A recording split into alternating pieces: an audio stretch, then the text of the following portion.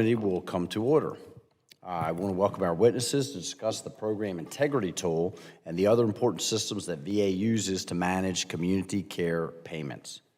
The program integrity tool consolidates all community care claims payment data into one place.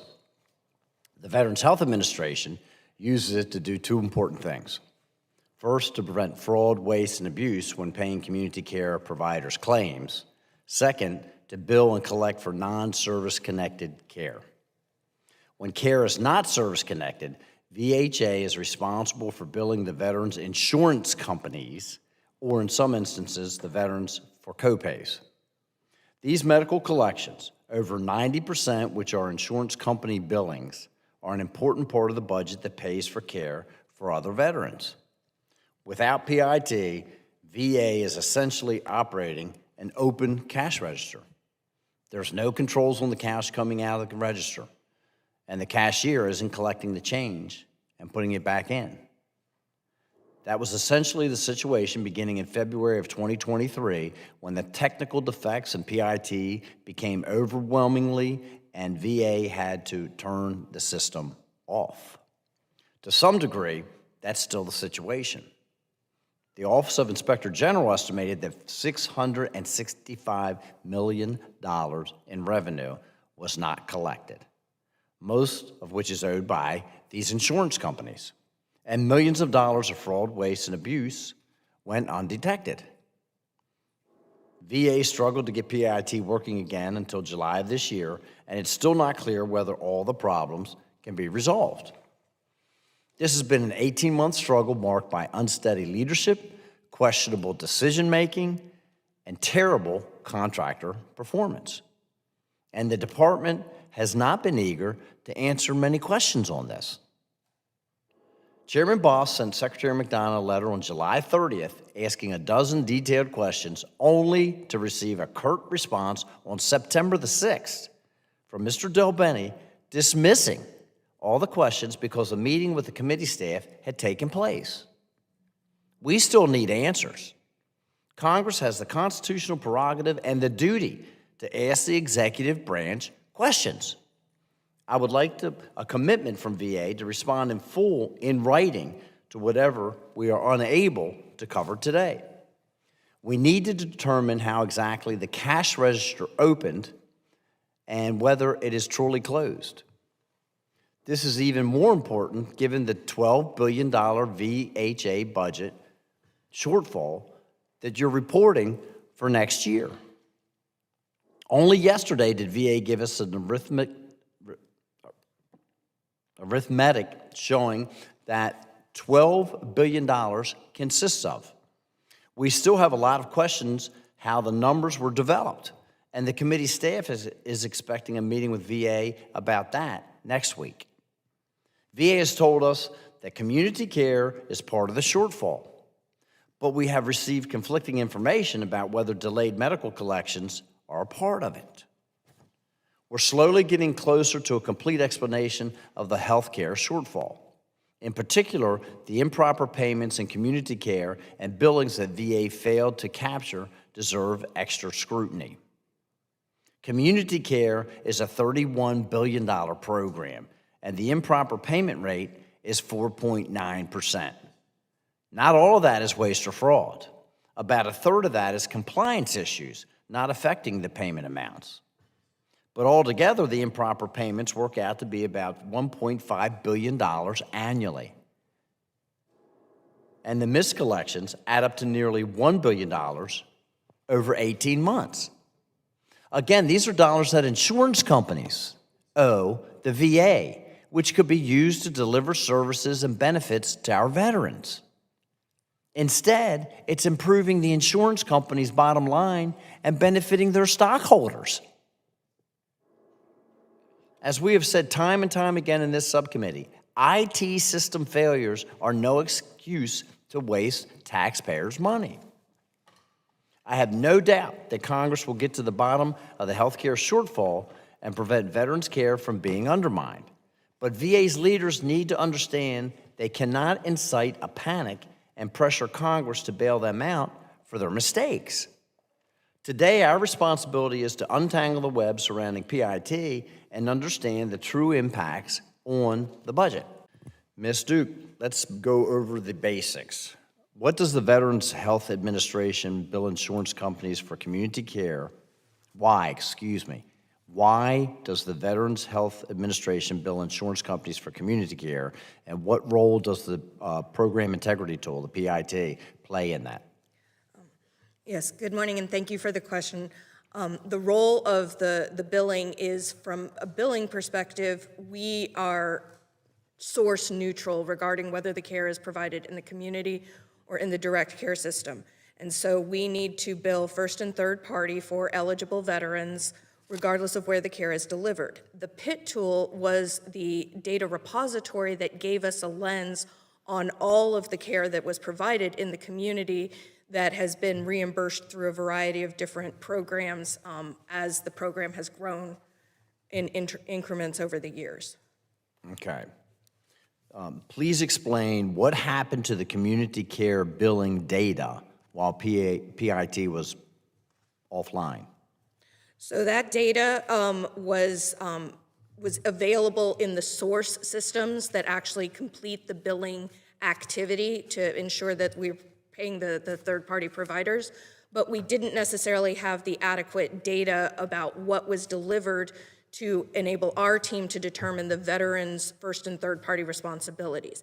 That data was still available, it was just not in a form that we could take into our systems. Since July, that data has become available. They have begun pushing that data available to us, and we have begun working through it at a very fast clip. It is a lot of data, but we are utilizing all tools that are available to us to work through it quickly, and we've already seen our collections increase, as Mr. Delbene was referring to in his statement. Sure. And believe me, we're going to get into that a little bit later, because there's a huge difference between collecting 100.7% of what you anticipated to collect as opposed to collecting 100.7% of what is actually obligated to you.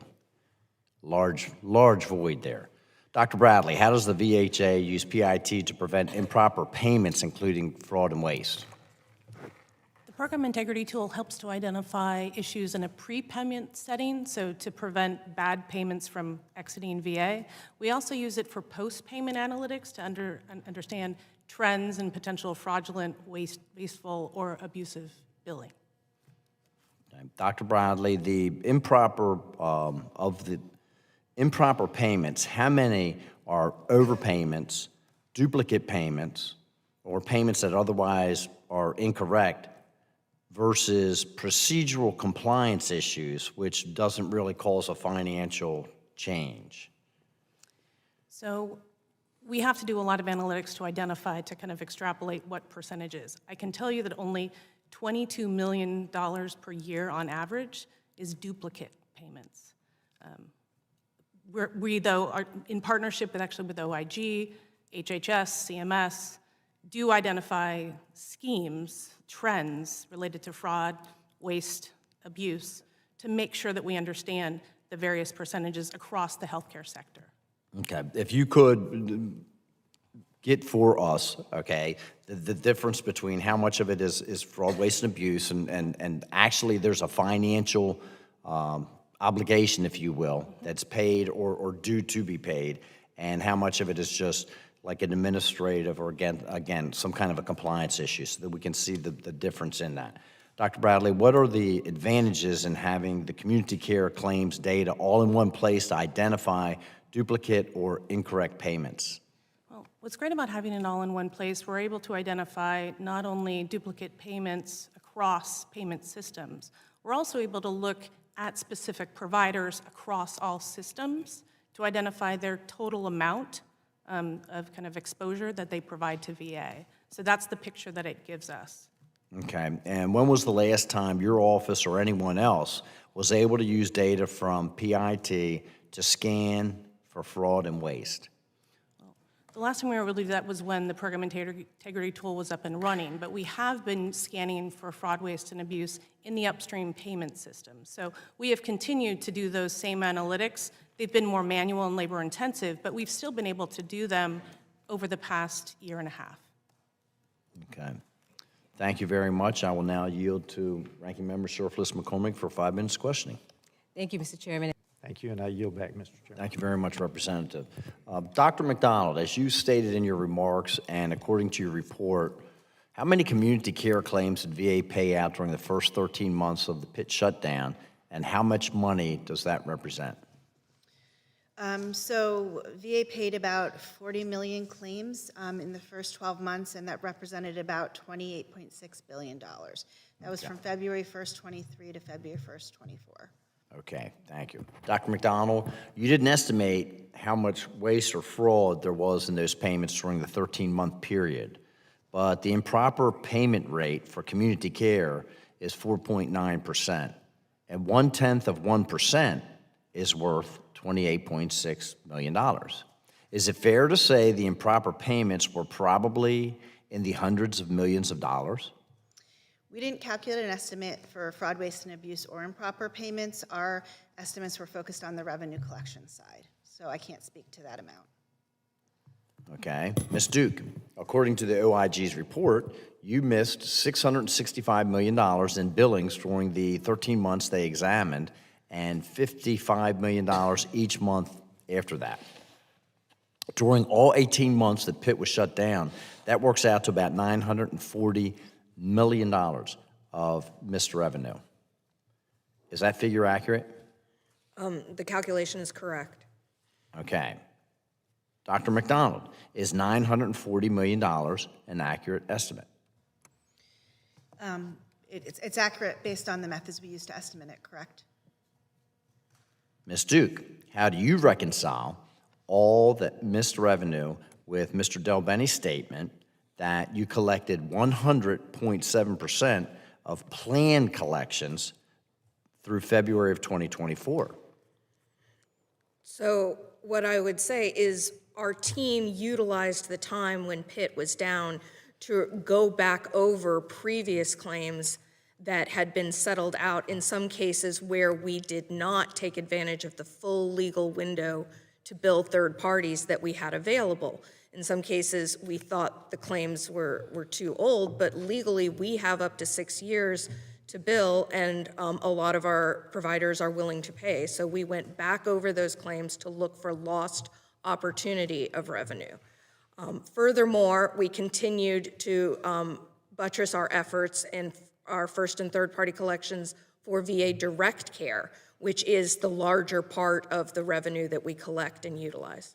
So again, we get back to this planned collections and not actually opportunity of revenue, in your words, my words, receipts that are actually due. Dr. McDonald, do we know what that void is, okay, what that space is, the difference between this claim that we say we've collected 100.7% of this revenue as opposed to what's actually due? So as far as we're aware, we haven't seen any of those 400 million claims being assessed and then billed to private insurers yet. But it's our understanding that VA started running data from the program integrity tool for revenue collections for those claims as of July 2024. We haven't assessed that yet, and we haven't seen any actual data on whether claims have gone to private insurers yet for that set of claims. So, Ms. Duke, do you believe that you will ever be able to collect all the revenue that is actually due? I believe we will be able to collect what is due to the extent that it was delayed as a result of PIT. I can't commit to 100% of the collection any more than in any year I can. But from a resources perspective, to the extent that we offset our resource request of appropriations based on collection activity, I can commit that we will fully recognize the collections necessary for us to even out across the 2 fiscal years of 24 and 25. We will collect, it will just be delayed. So we're talking about $940 million, okay? And you're saying that can be attributed to the PIT shortfall, if you will. And so you're telling me we're going to be able to collect all $940 million? Yes, I am comfortable that we will realize. And when do you believe that you'll be able to accomplish that by? I don't know if it will happen in the next couple of years. It kind of depends on how quickly we're able to ingest the data and our team can turn it around. As the data comes through, we assess whether or not it is billable. I don't know whether the first chunk of data coming through represents more billable claims or non-billable claims. So then continue to what we're faced with is this shortfall that we really don't know what it is. It's obligations that are due to the VA, but you don't know when you're going to be able to collect them, and they're sitting in the coffers of the insurance. The vast majority of it is sitting again in the coffers of those insurance companies, and their stockholders are the ones benefiting from that, not our veterans, getting that revenue back into the system to help them. Ms. Duke, I'm going to attempt to get to the bottom of the delayed medical collections and your budget shortfall. I continue to hear this information that one doesn't impact the other, but I don't see how in the world that can be. First of all, how much are the medical collections that are delayed from fiscal year 24 to 25? How much is the delay? What is the value So we of don't, those collections that have not been, that you're projecting that are not going to be collected from 24 to 25? so we have provided additional resources to the field out of our carryover to offset what they perceived as lost collections, but we actually are on target to come close to our collections goal for the year. So you initially told us $700 million in July. Would you like to revise that number? That is the impact of the PIT delay. At the same time that the PIT was delaying first and third party collections in the community care world, we have been utilizing our ability to try to maximize and increase collections from the direct care system. Okay, so you've been trying through the direct care system. So you initially told us that number was going to be $700 million. Would you like to revise that number? That is the estimate of what was not collected as a result of PIT being down. I would say that is not the total difference from our expected returns and our collections activity for the year. So would you like to revise that number? What I would say is that on average, monthly collections within the VA are between $300 and $400 million. Not necessarily during the PIT, but the Change Healthcare did cause us to reduce monthly collections to right around $150 million, and now we are actually above that $400 million moving forward for what we expect to receive for the remainder of the fiscal year. So again, that's all great, fine and good, but how does that impact that $700 million? Is that still your target? Do you think that is still going to be the shortfall? Do you think it's going to be more than that? Do you think it's going to be less than that? So what I would say is, and I apologize for the confusion, collections is a time mushy kind of world where I we understand, issue the again, bill. because this is where we continue to have this conversation about what is actually obligated to the VA and what you are targeting that you think reasonably you can collect. There's no really any other business in the world that functions that way. You either have receipts due and you are going to be able to collect them, or you are not going to be able to collect them. And to come into this room and say, we are collecting 100% of what our projection is, you can make that projection number whatever you choose to. That is very disingenuous and dishonest to the committee. Mr. Del Benny, you can roll your eyes and make faces, but you can make that projected number anything that you choose to. You have obligations. And so what we are trying to determine is how this is all impacting If I the may. budget. No, you can't. I'm moving on. Ms. Duke, when I asked Dr. Elnahal about this issue last week, he characterized it not as a budgetary issue, but more of a cash flow issue. That's correct. Well, it's correct, but there's revenue that is due, and if it's not being collected by the VA, then that has a direct impact on your budget. He also said, ultimately, the cash in the bank account is lower than we had hoped and expected because of the collection issues between Pitt and the Change Healthcare incident. Ms. Duke, basic question. Are you requesting supplemental appropriations to make up for these delayed collections? No, we are not. So if we have this additional revenue then, and I've got a statement here that you all just provided yesterday, and nowhere in there does it reflect that. It doesn't show the shortfall, nor does it show the revenue that you're anticipating to collect. So where is that silo? Where is that account being managed? And it's basically, from my standpoint, because it's not reflected in here, it's being utilized as some kind of a slush fund. Whatever you get, you can redirect. Whatever you don't get, you don't have to claim. And meanwhile, you've made your budget request on these forms, not reflecting all of the information about what your income and what your obligations are. The president's budget for 2025 was transparent about the fact that we expected to have significant carryover, both in base and TEF resources, from 24 into 25 to offset our expected requirements in. Did you have that revenue carryover? So that is where we see the impact of the PIT tool. We expect that we will carry over less than what we had expected from 24 into 25. We did not increase our request for additional resources because we expect to make up that lost carryover via collection activity in 2025, and that is the cash flow that Dr. Elnahal was referencing. Again, it's not reflected in those numbers. The revenue nor the obligation is not being reflected in the statement. So as far as I can tell from my standpoint, this is a mystery account that you are not accounting for. Ms. Duke, you indicated in July that the VHA is requesting $2.65 billion in the supplemental appropriations to make up for funds that you had planned to carry over unspent from fiscal year 24 to 25.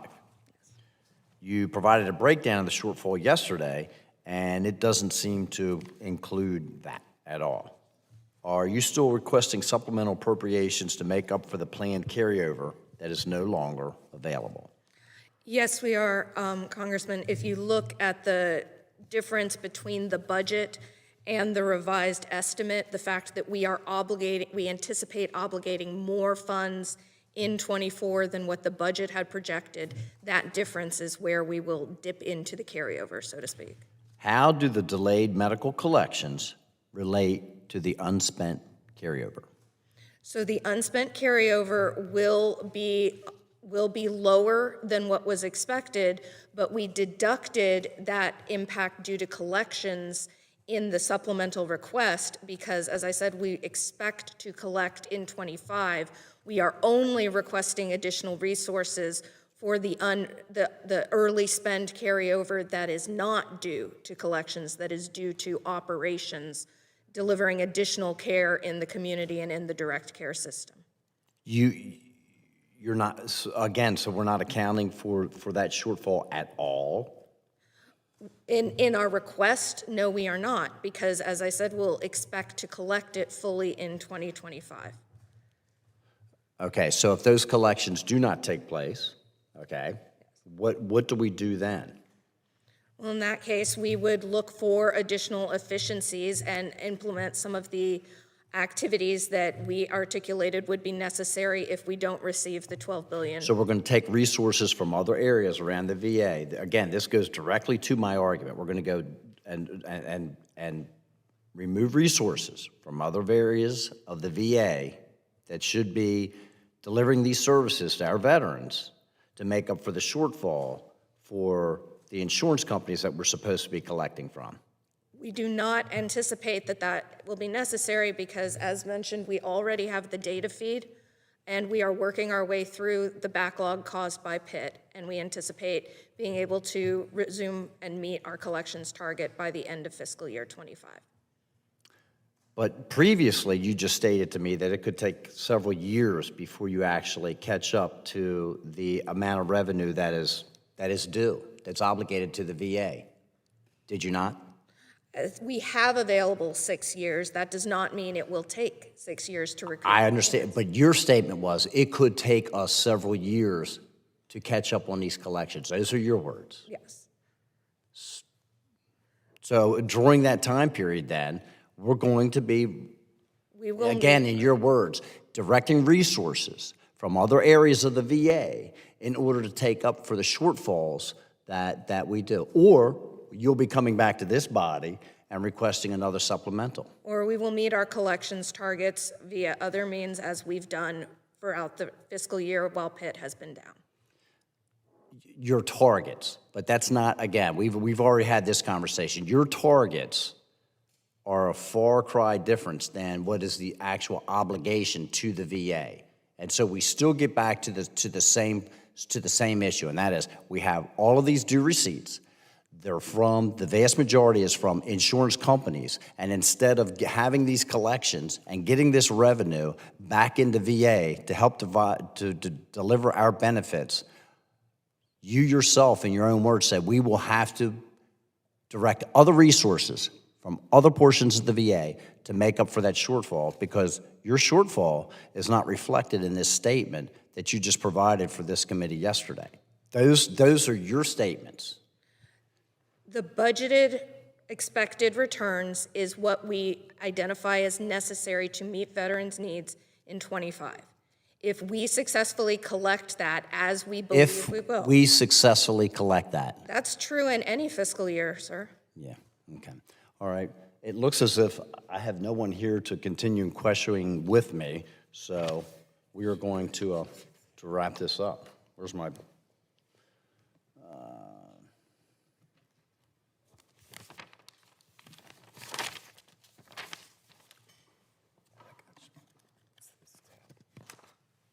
Okay, there we go. That's it. I want to thank the witnesses for joining us today. I think we have been able to bring some of this information forward to show that we still have major collection problems. I just don't know how else we can describe it. I would urge my colleagues in both parties, in the House as well as the Senate, to give every element of the VA's budget shortfall the attention and scrutiny that it deserves, because we are not getting that information.